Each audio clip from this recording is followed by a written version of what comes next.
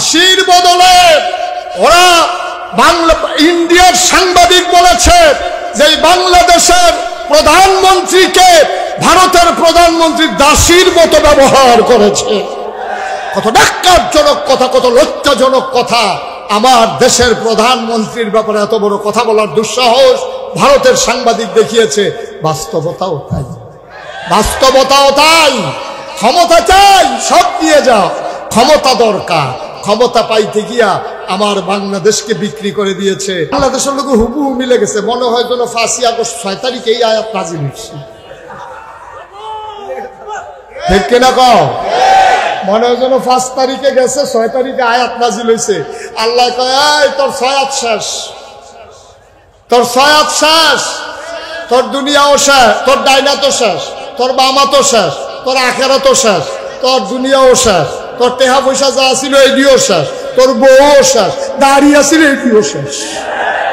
ঠিক কিনা কও?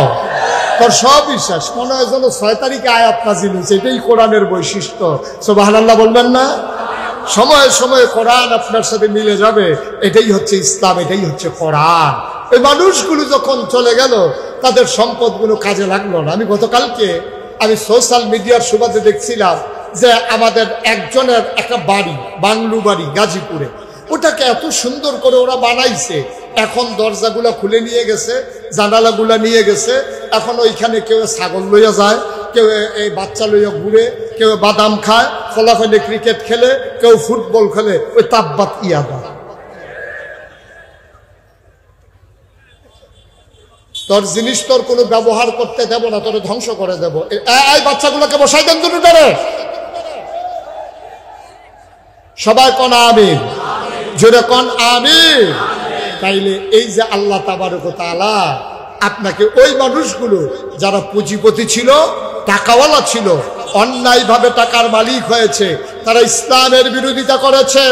আমরা বাংলাদেশে দেখেছি যেই সব মানুষেরা বাতাস আসলে গাছে ধরে দাঁড়াই থাকতো, ভিড়ার ভিতরে কুত্তা ঘুমাইতো, ওই মানুষগুলার গ্রামে বাড়ি হয়েছে, শহরে বাড়ি হয়েছে, মালয়েশিয়ায় তাদের সেকেন্ড হোম হয়েছে, কানাডায় তাদের বাড়ি হয়েছে, তাদের টাকার অভাব নাই।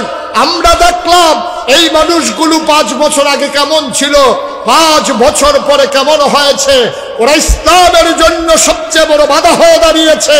যারা আমার শেয়ার বাজার ধ্বংসের মাধ্যমে আমার মধ্যম আয়ের মানুষগুলোকে ধ্বংস করে দিয়েছে, তারা আমার এই শেয়ার বাজার চুরির মাধ্যমে, লুণ্ঠনের মাধ্যমে দেখা গেল ওই দরবেশ বাবা সব শেষ করে দিয়েছে। এখন ওরা তো ইসলামের বিরোধিতা করবেই। ওরা জানে যদি ওই আল্লাহওয়ালা মানুষগুলো, সৎ লোকের শাসন যদি কায়েম হয়ে যায়, আল্লাহর আইন যদি বাংলাদেশে হয়ে যায়, তাহলে তাদেরকে ছেড়ে দেওয়া হবে না। ঠিক কিনা বলো? এই জন্য তারাই সবচেয়ে বড় বেশি বিরোধিতা করেছে। কয় দল না বিরোধিতা করেছে? গেল কয় দল? 3 নম্বরে যারা বিরোধিতা করেছে রাজনৈতিক নেতৃবৃন্দ, যারা ক্ষমতায় আসীন ছিল, ওরা সবচেয়ে বেশি বিরোধিতা করেছে। ওই কাতারে পড়ে গেছে আবু জেহেল, আবুল আহাব বা সাইবা, মুগীরা। ওরা বিরোধিতা করেছে এই জন্যে যে মুহাম্মদের যে নৈতিক মান, তার যে কোমল ব্যবহার, অনুপম চরিত্র, সৌন্দর্যের আধার, এই মানুষটা যদি নবী হয় আর আল্লাহর বিধান যদি কায়েম হয়, আমি আবু জেহেলের মতো সিটার মার্কা লোকের সর্দারি শেষ। ঠিক কিনা কও? কথাটা ঠিক কিনা?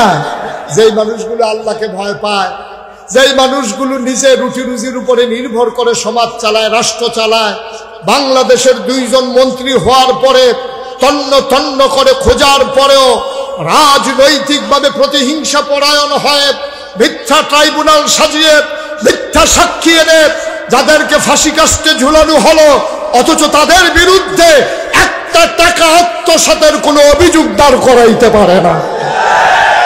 কারণ তারা নৈতিক মানে উত্তীর্ণ। ওরা জেনে গেছে এই মানের লোকগুলো যদি মেম্বার হয়, এই মানের লোকগুলো যদি চেয়ারম্যান হয়, এই মানের লোকগুলো যদি এমপি হয়, এই মানের লোকগুলো যদি মন্ত্রী হয়, ওই মানের লোকগুলো যদি সচিব হয়, আমলা হয়, ওই মানের লোকগুলো যদি র্যাব, গোয়েন্দা আর সেনাবাহিনীর অফিসার হয়, বাংলাদেশে ফাইল আটকাইয়া ঘুষ খাওয়া আর রোডের বদলে ব্রিজের ভিতরে বাস দেওয়া একটাও চলবে না। ঠিক কিনা বলো? এই জন্য সেই জমানায় ওরা যেমন বিরোধিতা করেছে, আজকের জমানায় ওই টাকাওয়ালা পুঁজিপতিরা ইসলামের বিরোধিতা করেছে। আল্লাহ নবীকে বিরোধিতা করে কি থামিয়ে দেওয়া গেল?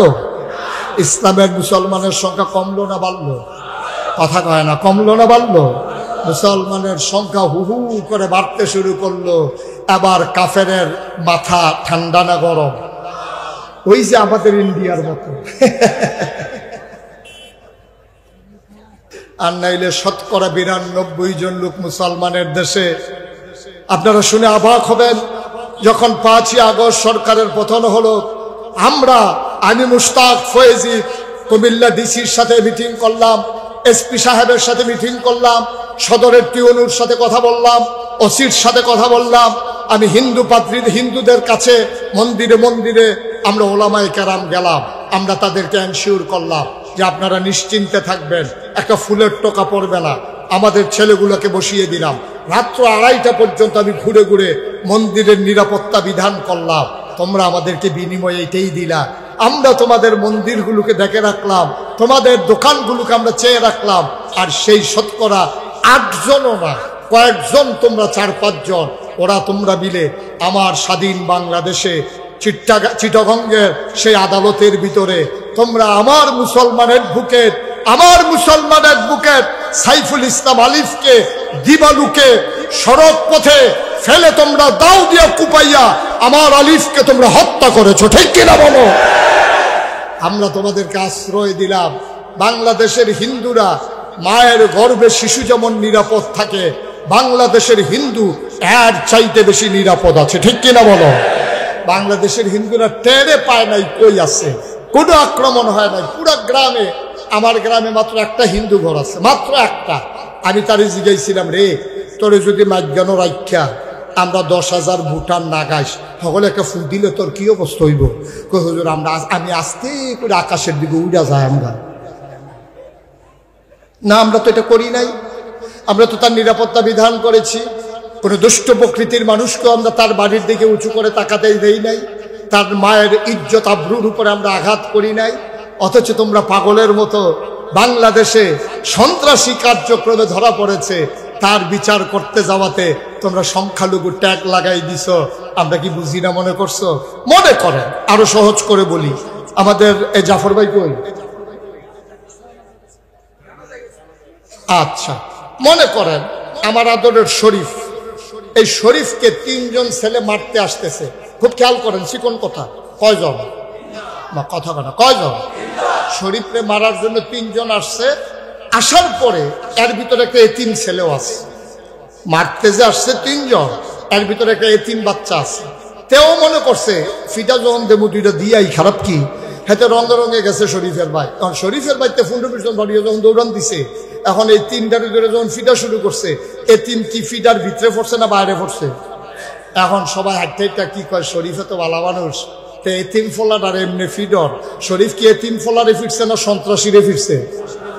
ফিডা শুরু হইলে এতিম হইয়া যাও, আর ফিডা দেওয়ার সময় তুমি ডাক হইয়া যাও। কারবার কি?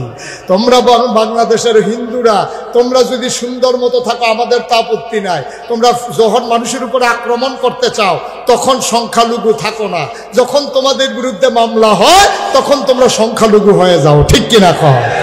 বাংলাদেশের সংখ্যালঘুরা নিরাপত্তায় আছে, নিশ্চিন্তে আছে।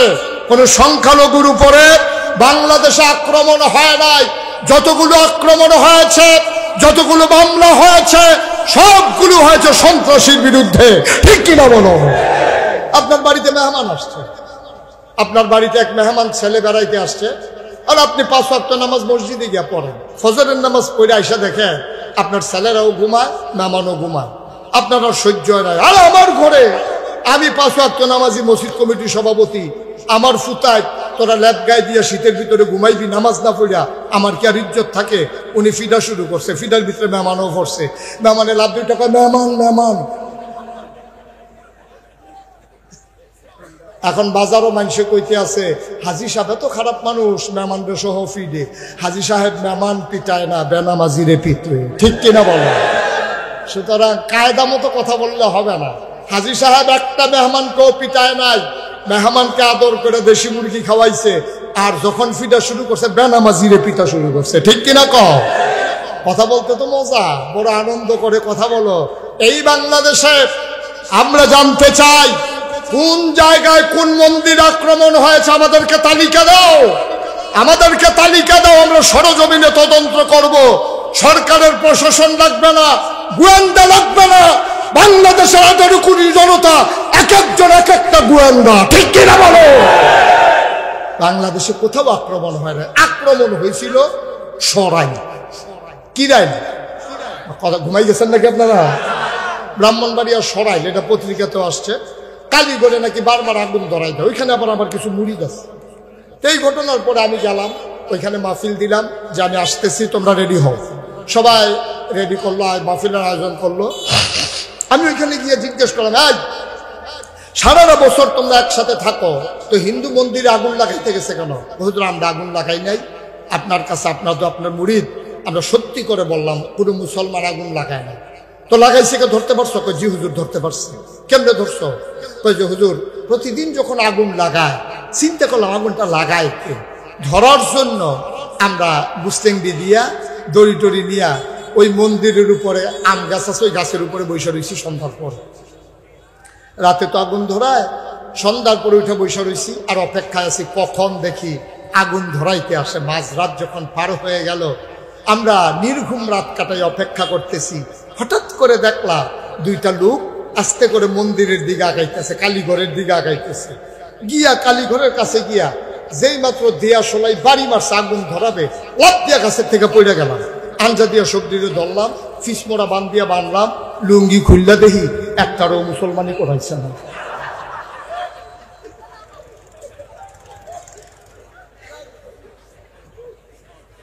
মানে কি মুসলমান না হিন্দু? বা কথা কনা, মুসলমান না হিন্দু? দাঁড়া, তোরার ঘরে তোর আগুন লাগাস। একবার একটা গল্প শুনছিলাম যে এক মহিলা নাকি অপর পক্ষকে ঠকানোর জন্য, হারানোর জন্য মামলা, নিজের গায়ে নিজে ব্লেড লাগাইয়া তারপরে মামলা করতে গেছে। আমার হিন্দুরা ওই মহিলার মতো হয়ে গেছে, নিজের মন্দির নিজে ভাঙ্গা তারপরে মুসলমানের গায়ে দোষ দিতে চায়। ঠিক কিনা বলো? আরামে থাকলে বুথে কিলায় না? আরামে যে আসো ভাল লাগতেছে না, বুথে কিলাইতে আছে। তারপরে গিয়া সেটা তোমরা ওইভাবে নিজেরা এই কারবার কইরা। কিন্তু সুখের বিষয় হলো জগন্নাথ বিশ্ববিদ্যালয় থেকে, জগন্নাথ হল থেকে ঢাকা ইউনিভার্সিটির আজকে যখন হিন্দুরা মিছিল বের করেছে গতকালকে, ওরা বলেছে আমাদের কোনো অভিযোগ নাই বাংলাদেশের স্বাধীনতা সার্বভৌমত্বের বিরুদ্ধে। ওরা বলেছে ওই ভারতের মিডিয়াগুলো অপপ্রচার চালাচ্ছে, মুসলমান বাংলাদেশে মুসলমান যত শান্তিতে আছে, হিন্দুরা তার চাইতে আরো বেশি শান্তিতে আছে। আমার হিন্দু ভাইয়েরা সেই সততার পরিচয় দিয়েছে। আমি বলি, যেখানে যত হিন্দু আছে তোমরা সাংবাদিক সম্মেলন করো, তোমরা জানিয়ে দাও আমি ব্যক্তির চাইতে দেশ বড়। আর দেশ বাঁচাইতে গিয়ে দেশের বিরুদ্ধে যেই ষড়যন্ত্র করবে, ও যত বড় দাদা বাবু হোক, দাদাগিরির দিন আর নাই। ওরা 1947 সালে যখন পাকিস্তানকে বিভক্ত করে দিয়েছিল, ওরা মনে করেছিল আমরা সেই দিনের ছোট্ট শিশু আছি। আমরা যে কখন যুবক হয়ে গেছি ওদের মনেই নাই। ঠিক কিনা বলো? রক্তচক্ষু দিয়ে বাংলাদেশের দিকে তাকাবা, মনে রাখবা বাংলাদেশের এই মানচিত্রের উপরে যদি শুকনের থাবা পড়ে, বাংলাদেশের 18 কোটি মুসলমান জীবন যাবে, 1 ইঞ্চি জায়গাও ছাড়বে না।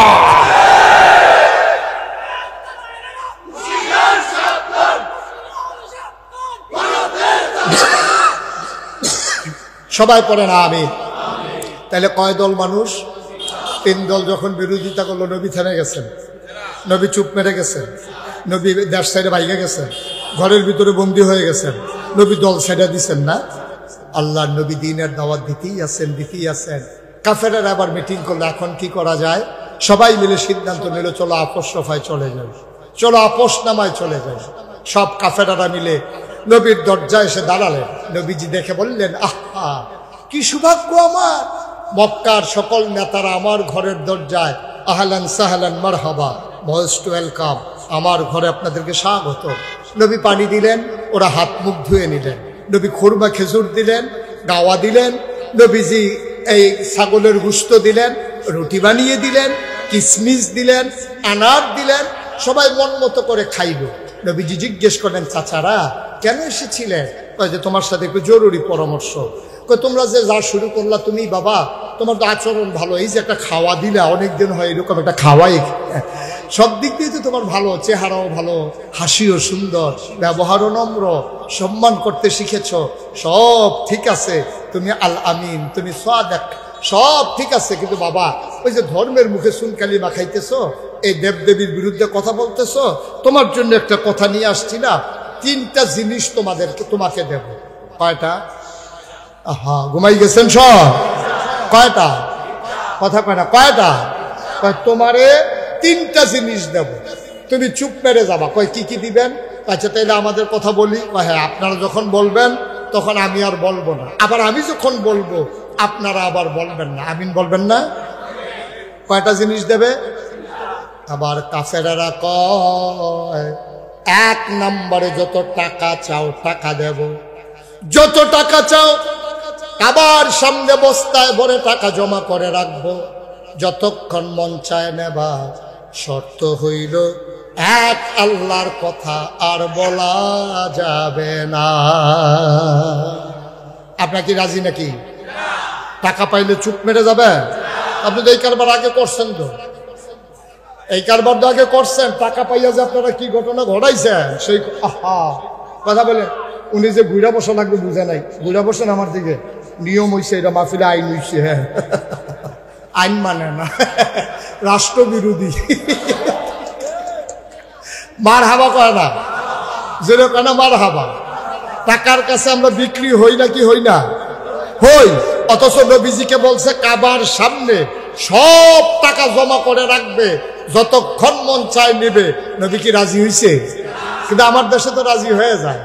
2001 সালে 1 অক্টোবর একটা সংসদ নির্বাচন হয়েছিল বাংলাদেশে। তখন আমার ওয়াজ এত মানুষ শুনে না, আমি তখন ওয়াজ বিশ্রাই যে কোন জায়গায় ওয়াজ পাওয়া যায়। মাইকের আওয়াজ শুনলে আফসোস লাগে, আমার যদি দাওয়াত দিত কুদের ওয়াজ করে আইতাম। এখন তো ওয়াজে আমারে বিশ্রায়, তখন আমি ওয়াজ বিশ্রাইতাম। তো আমারে মুরাদনগর থেকে, কুমিল্লা মুরাদনগর নাম শুনছেন তো?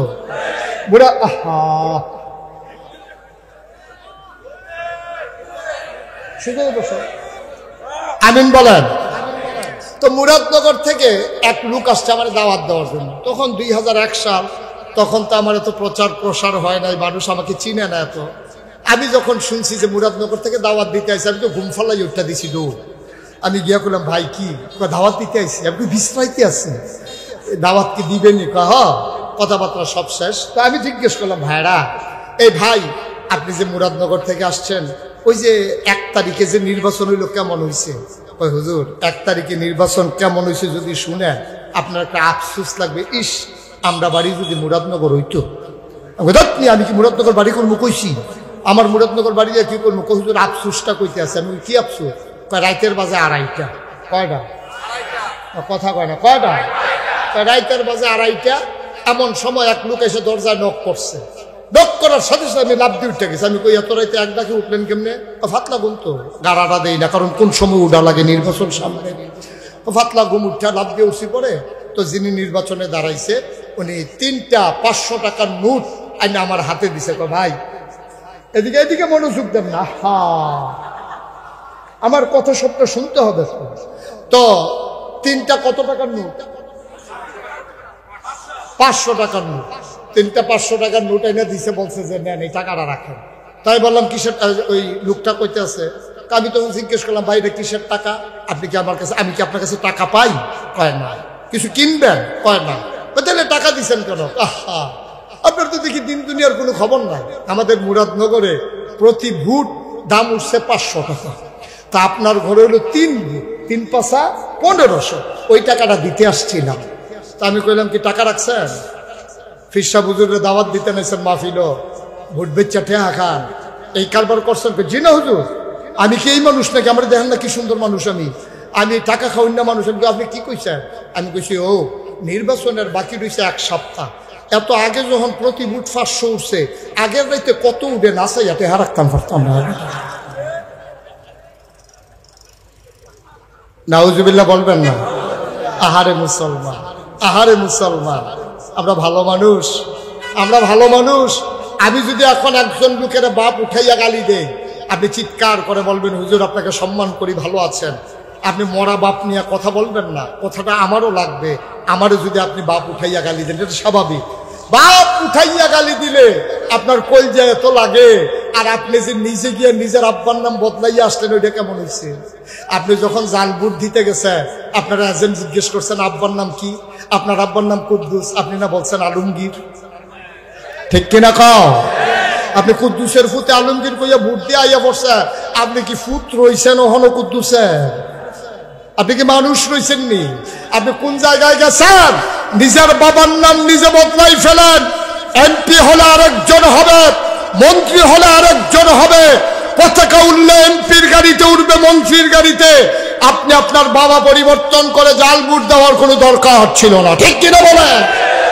এখন সান্দ্রার যারা মহিলা, তারা বোধহয় কইতে আছে দর্শে আজকে পুরুষ লোকরে। সান্দ্রার মহিলারা বোধহয় খুব খুশি, মহিলারা বালা। এবারে জামাইর নাম বদলাইয়া ভোট দিয়ে আইসে না, এবারে কুদ্দুসের বউ আলমগীরের বউ কইয়া ভোট দিয়ে আইয়া পড়ছে না। আম্মা আপনি আলমগীরের গড়ায় না যাবেন, কুদ্দুসের গড় আইসেন ফিরতেন আপনি? আপনি কি আসেননি কুদ্দুসে? আপনি 5 জন সাক্ষী রেখে কই আইসেন স্বামীর নাম আলমগীর, কুদ্দুসের গড় আইসেন ফিরতেন আপনি? বাংলার মুসলমান, তুমি কি বুঝো ইমান কারে কয়? তুই কি মনে করছো টুপির নাম ইসলাম? তুমি কি মনে করেছো দাড়ির নাম ইসলাম? তুমি কি মনে করেছো 5 ওয়াক্ত মসজিদে নামাজ পড়ো এটাই ইসলাম? যে তার ভোট বিক্রি করে টাকা খায়, যে নিজের আমানত ভোটকে বিক্রি করে দেয়। মনে রাখবা, তোমার ভোটের কারণে কোনো খারাপ মানুষ যদি নির্বাচিত হয়, আর ওই মানুষটা যদি কোনো অন্যায় করে অবিচার করে, আর যদি তার 500 গুনাহ হয়, তোমার আমল নামায় অন্তত 250 বাইক বইয়া থেকে পাইবে। কারণ তুমি যারে ভোট দিয়া এমপি বানাইছো, সে যদি দুষ্কৃতিকারী হয়, তাইলে ওর দুষ্কৃতির অংশ তুমি পাবা না কেন? তোমার কারণে তো সে এমপি হয়েছে, তোমার কারণে তো সে মন্ত্রী হয়েছে, তুমিও তো তারে ভোট দিয়ে বানাইছো। সুতরাং এই তো নিয়ে ভাগে নেওয়া লাগবে। সুতরাং যারা যারা এই কারবার করেন, বস্তা টস্তা সিলাইয়া রেডি করেন। গোনা যে কি পরিমাণে কামাই করতে আছে একটু খেয়াল করে দেখবেন, তাইলে বুঝা গেল আমার ভোট আমার কাছে আমানত। সামনে যখনই ব্যালটের সুযোগ আসবে, আমরা প্রমাণ করে দেব আল্লাহর আইন চাই, সৎ লোকের শাসন চাই, এবং আল্লাহর আইন যারা আনতে চায় তারাই আবার ভোটের অধিকার পাবে, ঠিক কিনা বলো? আর বাইরে বাংলার মুসলমানের কোনো দুষ্কৃতিকারী, কোনো দুর্নীতিবাদ, টাকা হরণকারী, যারা টেন্ডার মেরে দেয়, যারা রাস্তার গম খায়, হগিন্নি বেডির লিখে বিস্কুট আইছে, হেই বিস্কুট হাতে খাইয়া বইয়া রয়েছে।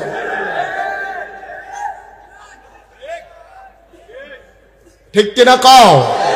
এই কারবার করা যাবে না। প্রস্তাব কয়টা? প্রস্তাব কয়টা? 1 নম্বরে টাকা চাও, টাকা দেব। নবী কি রাজি হইছে? 2 নম্বর, নেতা হইতে চাও, নমিনেশন পেপার সাবমিট করা লাগবে না, গণমিছিল করা লাগবে না, আগের রাতে ভোট কিনা লাগবে না, বাক্স নিয়ে দৌড় দেওয়া লাগবে না। সবাই মিলে আমরা তোমাকে একক নেতা বানাই দেব। শর্ত হইল এক আল্লাহর কথা আর বলা যাবে না। আপনারা রাজি? তো নবী আর রাজি হবে কেন? আপনারাই রাজি হন না। শর্ত গেল কয়টা? 3 নম্বর, সুন্দরী সুরসী কুমারী যুবতী কন্যা দেব। যতজন মন চাই বিয়ে করবা, নাকের ফুল, কানের দুল, গলার মালা, হাতের বালা লাগবে না, বেনারসি কাথান লাগবে না, তোমার কাবিন নামার টাকা দেওয়া লাগবে না, মোহরানা লাগবে না, মেয়ের বাবার জন্য লুঙ্গি কিনা লাগবে না, মেয়ের মায়ের জন্য শাড়ি কিনা লাগবে না, শালা শালির জন্য 3 পিস হাফ প্যান্ট কিনা লাগবে না। যতজন মন চায় বিয়ে করবা, শর্ত হইল এক আল্লাহর কথা আর বলা যাবে না। কয়টা দফা? আজ যখন ইসলামের কথা বলা হয়, একবিংশ শতাব্দীর সূচনা লগ্নে গোটা বিশ্বকে যখন বলা হয় কম্পিউটারাইজড, গোটা বিশ্ব যখন গ্লোবাল ভিলেজ, যখন ওই সান্দ্রা থেকে ডাক দিলে আমেরিকা শোনা যায়, আমেরিকা থেকে ভিডিও কলে মাকে দেখা যায় সান্দ্রায়, সেই জমানায় এসেও যখন আল্লাহর জমিনে আল্লাহর দ্বীনের কথা বলা হয়, তথাকথিত মুসলমান নামদারি যারা ওই মাজারের ভিতরে পূজা দেয়, যারা মাজারের ব্যবসা করে, পিরালির নাম দিয়ে মানুষের ঈমান হরণ করে, ওই মানুষগুলো আজকে ইসলামের কায়েমের পথে সবচেয়ে বড় বাধা হয়ে দাঁড়ায়। ঠিক কিনা বলো? তারা বলে আমরা সুফিজমে বিশ্বাসী, আমরা সুফিবাদে বিশ্বাসী। আমি বলেছি ইসলামের কোন রূপ নাই। ইসলাম ইসলামী, যা আল্লাহর জমিনে 1000 বছর আগে আমার নবী কায়েম করে দেখিয়ে দিয়েছেন, ওই ইসলামে আমাদের জন্য ইসলাম। মনে রাখবা, তোমার মূল্য তো ইসলাম হবে না, ইসলামের মূল্য তো তোমাকে হতে হবে। ঠিক কিনা বলো?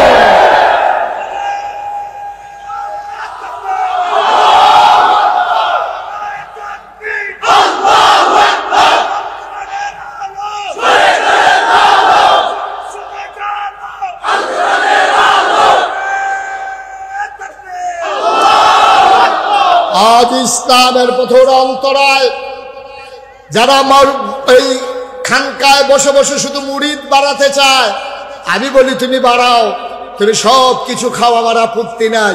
কারণ বাংলাদেশের মুসলমান এখন আলেম ওলামাকে প্রাণ দিয়ে মোহব্বত করে।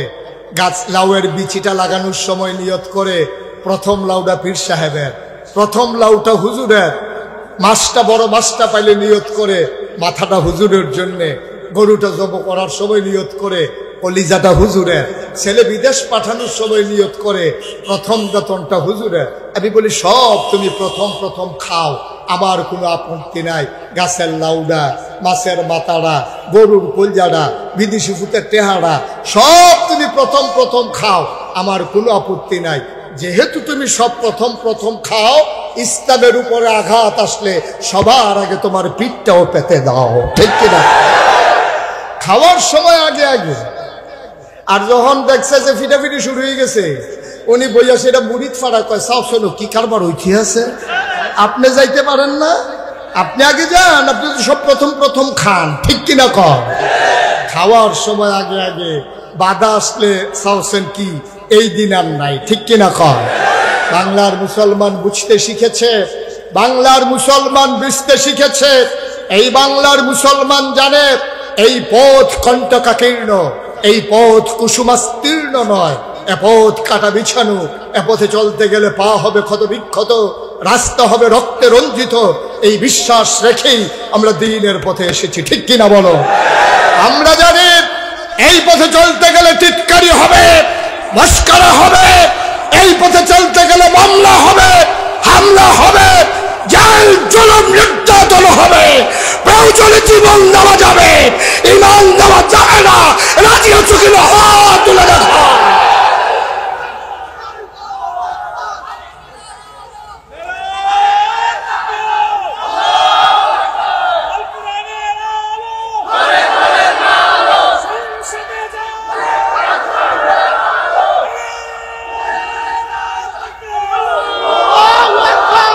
বন্ধুগণ, তাইলে কয় দল বাধা দিছিল?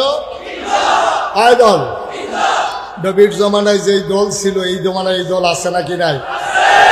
লেবাস বদলাইছে, দল হেইডে বোতল বদলাইছে, এক বোতলের উপরে স্লিপ বদলাইছে। আগে উপর দিয়া লেখা ছিল মদ, এখন উপর দিয়া লাগছে দুধ, কিন্তু ভিতরে কারবার হেইডে। ঠিক কিনা কও? আল্লাহ যেন হেফাজত করে। সবাই পড়ো আমিন, জোরে পড়ো আমিন। যারা মাজারকে পুঁজি বানাইয়া, দরবারকে ইনকামের সোর্স বানাইয়া তোমরা যারা কামাই রোজগার করতে চাও, আমি বলি লজ্জা থাকা দরকার। তোমার হাত আছে, পা আছে, নাক আছে, মুখ আছে, চোখ আছে, লেখাপড়া করছো, সুস্থ সবল মানুষ। অটো চালাইলে 500 টাকা কামাই করুন, মাটি কাটলেও হাজিরা 500 টাকা পড়ে, সিএনজি চালাইলে 1500 টাকা কামাই করা যায়। তুমি খানকায় বসে থাকো, ভগিন দেবে টেহা দেয়, রিক্সাওয়ালায় টাকা দেয়, সেই টাকা তুমি খাও। তোমার লজ্জা, লজ্জা থাকা দরকার। তোমার উচিত মানুষের পাশে দাঁড়ানো, আর তুমি মানুষের কাছে এইটা শিখছো। এই সবসময় খালি হাত এমনি থাকে, কেডাই জানি ঘুরাই দিছি, আবার ঘুরে গেছে। হাত ফাটতে ফাটতে অভ্যাস খারাপ হয়ে গেছে। নাউজুবিল্লাহ কন। কয় দল গেল? কয় দল রয়ে গেল? কয় দল? 2 নম্বর, তৎকালীন জমানায় ইসলামের বিরোধিতা করলো ওরা যারা ছিল পুঁজিপতি। সুদের কারবার ছিল যাদের, যারা পুঁজিপতি ছিল, টাকার পাহাড় গড়েছিল, চক্রবৃদ্ধি সুদ যারা চালু করেছিল, সুদের উপরে যারা সুদ চালু করেছিল, তারা চিন্তা করে দেখলো ইসলামের বিধান যাকাত যদি কায়েম হয়ে যায় তাহলে আমার জমানো টাকাগুলো যাকাত ফান্ডে চলে যাবে। সুতরাং আমি ইসলামের বিরোধিতা না করলে, ইসলাম কায়েম হয়ে গেলে আমার জমানো সম্পদ থাকবে না। এই জন্য তারা বলল টাকা দাও, ইসলাম ঠেকাও।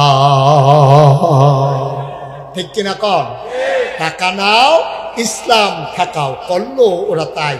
তারা আবুল আহাব সবচেয়ে বড় সুদের কারবারি ছিল, সে সবচেয়ে বেশি টাকার মালিক ছিল সুদ খাইয়া। আল্লাহ নবী যখন বললেন, কেউ যখন সাহস করে না নবীর গায়ে হাত উঠানোর জন্য, সাফা পাহাড়ের কিনারে নবী যখন দেশবাসীকে ডাকলেন, আবু জেহেল রুখে রুখে গেল, মারতে গেল, ঘুষি নিয়ে গেল, কিন্তু সাহস করল না। আবু জেহেল চিন্তা করেছে মোহাম্মদের আব্বা আব্দুল্লাহ নাই, কিন্তু মোহাম্মদের গায়ে যদি আমি আঘাত করি, মোহাম্মদের চাচা যারা আছে ওরা যদি ফিরেই একটা কইরা দেয়, কয়টা কইরা? একটা কইরা দেয়, তাহলে অবস্থা কাহি। তারে দুইজনে ধরে রাখছে, সেখানে ছেড়ে দে করতে আছে। আমি কই যে যখন দেখবেন যে দুইজনে মারামারি করছে, কেউ রে কেউ ধরেন না, একটু ছেড়ে দেন, দুইজনে দুইটা খাইয়াই হোক বুঝবো মাইর কাটটা। কারণ আমাদের দেশে দললেই কাজ্যাটা জমে বেশি, আর ধরুন না যদি বেরিয়ে তো কাজ্যা কারে কয় বেরিয়ে তো তাদের ইচ্ছা তো জানে ছুটে যাবো, ছুটে না। আবুল আহাব যখন দেখলো কেউ বিরোধিতা করে না, কেউ আঘাত করে না নবীর গায়ে, পাথর হাতে নিয়ে নবীর গায়ে ঢিল মারলেন, জঘন্য একটা গালি দিলেন, ইয়া মোহাম্মদ তাব্বালাক, ও মোহাম্মদ তোমার ধ্বংস হোক। নবী শুনে চোখের পানি চলে আসলো, আহারে আমার আপন চাচা আবুল আহাব, আমার আব্বা আব্দুল্লাহ আজকে নাই, আমার এত বড় গালিটা দিল। আব্বা যদি থাকতো তাইলে আব্বা প্রতিবাদ করতো, আমি তো চাচার মুখে মুখে কথা বলতে পারি না। নবী মাথা নিচু করে উঠে আসলেন। নতুন সাহাবা যারা তারা জানতে চাইলেন, ইয়া রাসূলুল্লাহ আপনি কি কোনো বিচার দেবেন না? আমরা কি প্রতিবাদ করব না? আমরা কি আঘাত করব না? নবীজি বললেন, ওরা মাইনরিটি, ওরা মেজরিটি, আমরা মাইনরিটি, আমরা সংখ্যায় কম, আঘাত করার সময় আসে নাই, একদিন সময় আসবে, সেদিন কড়ায় গন্ডায় জবাব নেওয়া হবে, ঠিক কিনা? গত 2-3 বছর আগেও, 2-3 বছর কি 4 মাস তো হয় না এখনো, না 4 মাস আগেও আমরা দেখেছি মসজিদের মিম্বারগুলোতে উলামায়ে কেরাম যখন দ্বীনের সঠিক কথাগুলো বলতেন, পরের সপ্তাহে এসে দেখেন চাকরি নাই, ঠিক কিনা বলেন? মাহফিলের মঞ্চগুলোতে উলামায়ে কেরাম যখন কোরআনের তাফসীর করতেন, আমরা দেখেছি তথাকথিত রাজনৈতিক নেতৃবৃন্দ ওই আলেমকে বেয়াজ্জতি করে তার সামনে থেকে মাইক কেড়ে নেওয়া হয়েছে। আমরা বলেছি যেদিন গেছে একেবারেই গেছে। মসজিদের মিম্বারে যদি বাধা আসে আর মাহফিলের মঞ্চে যদি বাধা আসে, আগের দিন নাই, বাধা আসবে তো লড়াই হবে, ঠিক কিনা বলেন? জবাব দেওয়া হবে সমানে সমান। আগের দিন আর নাই, বাধা দিতে আসবে তো প্রতিহত করা হবে, ঠিক কিনা বলেন? এবার নবীরে যখন তারা পাথর মারল আবুল আহাব, কথা কি মনে আছে?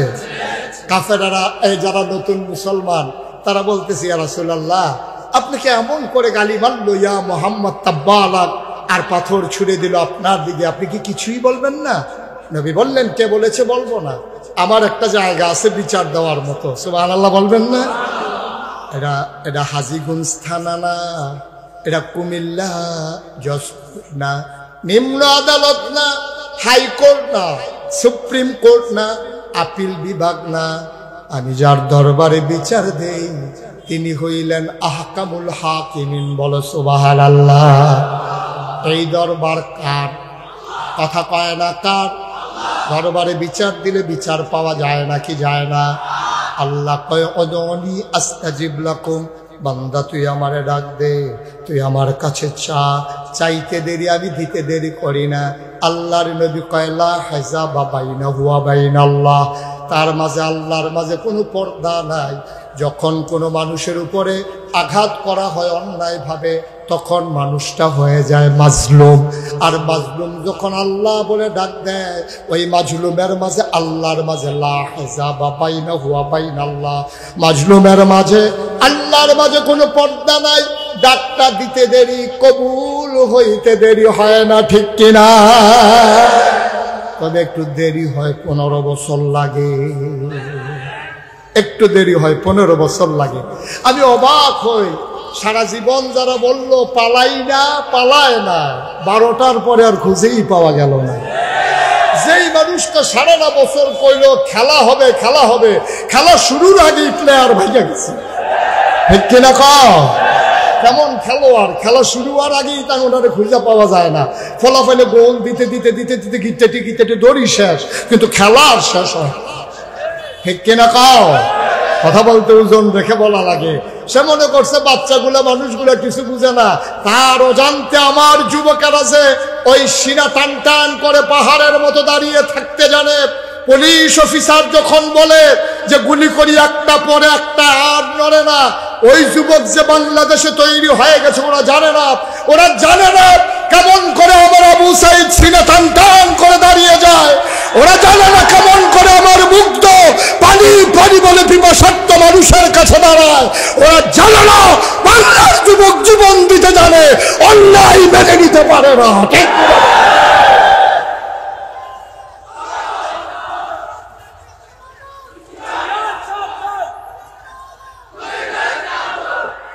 বন্ধুগণ, বন্ধুগণ মনে রাখা লাগবে, নবী বিচার দিলেন কার কাছে? কথা কি মনে আছে? বিচার আদালত কি ছোট না বড়? এখানে কি আপিল করার সুযোগ আছে? একেবারে আহকামুল হাকিম। বিচার যখন দিলেন, বিচার পাওয়া যায় নাকি যায় না? নবীজি, আবু বকর, আলী, যারা নতুন নতুন, বেলাল, ওসমান, যারা নতুন নতুন ইসলাম গ্রহণ করেছে, সবার মন খুব খারাপ। নবীর গায়ে আঘাত করলো, অথচ গায়ে লাগেনি, কিন্তু এত বড় গালিটা দিল। বিচারের জানি কি উপায় হবে। হঠাৎ করে নবী মুচকি হাসলেন। সুবহানাল্লাহ বলবেন না? নবী মুচকি হাসলেন। সবাই অবাক বিস্ময়ে তাকিয়ে রইল।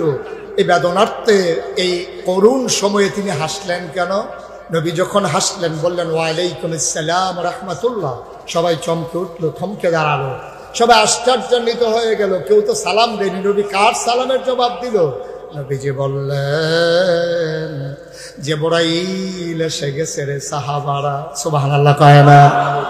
জিবরাইল এসে কয়, নবী গো, ও নবী, আপনি কি আল্লাহর কাছে কোনো বিচার দিছিলেন নাকি? সুবহানাল্লাহ কয় না?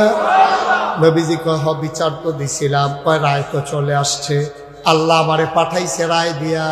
কয়, কি রায় পাঠাইছে? আমরা সবাই জানি, সবাই পারি, চলো সবাই পড়ি। আউযু বিল্লাহি মিনাশ শাইতানির রাজিম। বিসমিল্লাহির রাহমানির রাহিম। তাব্বাত ইয়াদা আবি লাহাব ওয়া তাব, মা আগনা আনহু মালুহু ওয়া মা কাসাব, সায়াসলা নারান যাতা লাহাব, ওয়া ইমরাআতুহু হাম্মালাতাল হাতাব, ফি জিদিহা হাবলুম মিন মাসাদ। সুবহানাল্লাহ গায় না? গালি কি দিয়ে দিছিল মনে আছে আপনাদের? বলছিল, ইয়া মুহাম্মদ তাব্বান। সুবহানাল্লাহ বলবেন না? আল্লাহ ওই শব্দটারে খুব পছন্দ করে রাখা দিস। তুমি যেই শব্দ দিয়ে গালি দিছ, এই শব্দ দিয়ে বিচারের রায় আসছে।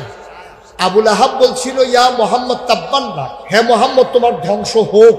আর আল্লাহ কয় তাব্বাত, ধ্বংস হয়ে গেছে। সুবহানাল্লাহ বলবেন না? ধ্বংস হয়ে গেছে। ইয়াদা, দুই হাত, আবি লাহাব, আবু লাহাবের, ওয়াতাব, এমন ধ্বংস হইছে।